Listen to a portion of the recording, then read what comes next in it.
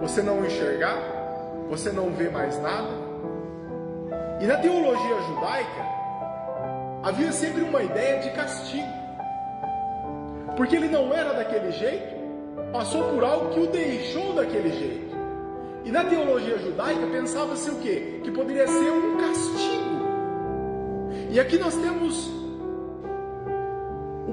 uma pergunta: por que ele ficou cego? Por que isso aconteceu com ele? Você lembra que os discípulos perguntavam para Jesus, em um outro caso, quem foi que pecou para que esse nascesse cego? Esse é um cego de nascença. Foi os pais? Foi a mãe? Quem foi que pecou? E às vezes, irmão, justamente isso, nós olhamos para a vida, para os fatos, para as circunstâncias, e olhamos como que se fosse uma maldição, como que se fosse um castigo. Nesse texto aqui diz que ele era um mendigo,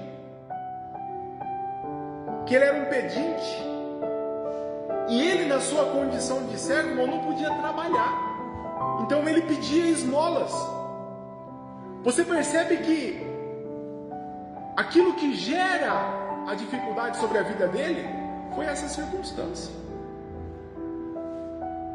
Terceiro, se você observar, irmãos, ele morava numa cidade. Era uma cidade chamada Jericó. E se você for ler lá os escritos de Josué, versículo 6, você vai descobrir que havia uma maldição para quem resolvesse reconstruir a Jericó. Então Jericó era uma cidade amaldiçoada.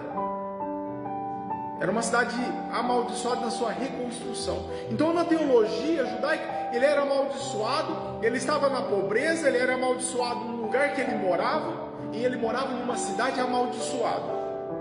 Ou seja, irmão, ele não tinha futuro nenhum. Ele morava na rua.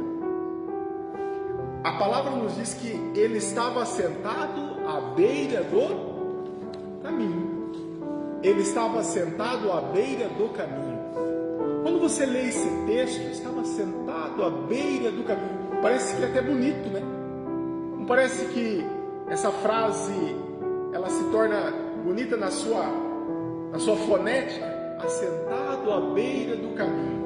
Mas na realidade, irmão, não tinha nada de lindo nisso não. Ele morava na rua. E a casa dele era uma capa. Diz que ele vestia uma capa. Aquilo ali o protegia das intempéries, da chuva, do problema, do frio. A casa dele era uma capa. Mas esse homem, um dia, ele ficou sabendo que Jesus estava na cidade de Jericó. Jesus estava indo para Jerusalém, e essa era a última semana do ministério de Jesus, e Jesus ele passa em Jericó. E ali em Jericó ele dorme na casa de Zaqueu. Na saída, depois dele dormir na casa de Zaqueu, ele está indo embora e tem um encontro pessoal com Bartimeu. E aqui eu queria estabelecer alguns princípios de restauração da nossa fé, da nossa esperança. Em primeiro lugar, irmãos, a nossa esperança, ela tem que estar exclusivamente na pessoa de Jesus. Por vezes nós olhamos para aqueles que estão próximos de nós, e às vezes nós achamos que a nossa esperança,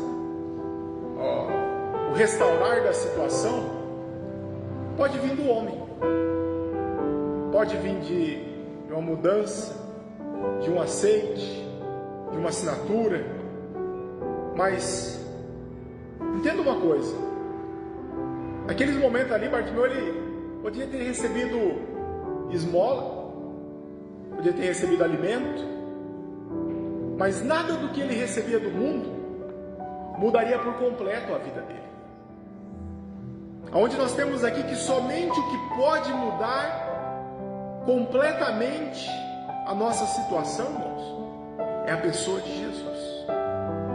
Veja que quando ele soube que Jesus ia passar, no verso 47, diz assim, quando ouviu alguém dizer que era Jesus de Nazaré que estava passando, o cego começou a gritar: Jesus, filho de Davi, tem compaixão de mim, é misericórdia de mim, tem a pena de mim. Ele sabia quem era Jesus, ele sabia que Jesus era Nazareno, ele sabia que Jesus era rei, sabia que do filho de Davi, ele sabia da descendência de Davi, e a primeira coisa que ele clama é pelo nome de Jesus. E aqui, irmão, está um princípio simples, mas que às vezes nós não aprendemos. Que nos momentos de dificuldades, nos momentos de abatimento, nos momentos em que as circunstâncias estão difíceis, nós temos que clamar por Jesus. Clame por Jesus. Jesus, filho de Davi, tem compaixão de mim.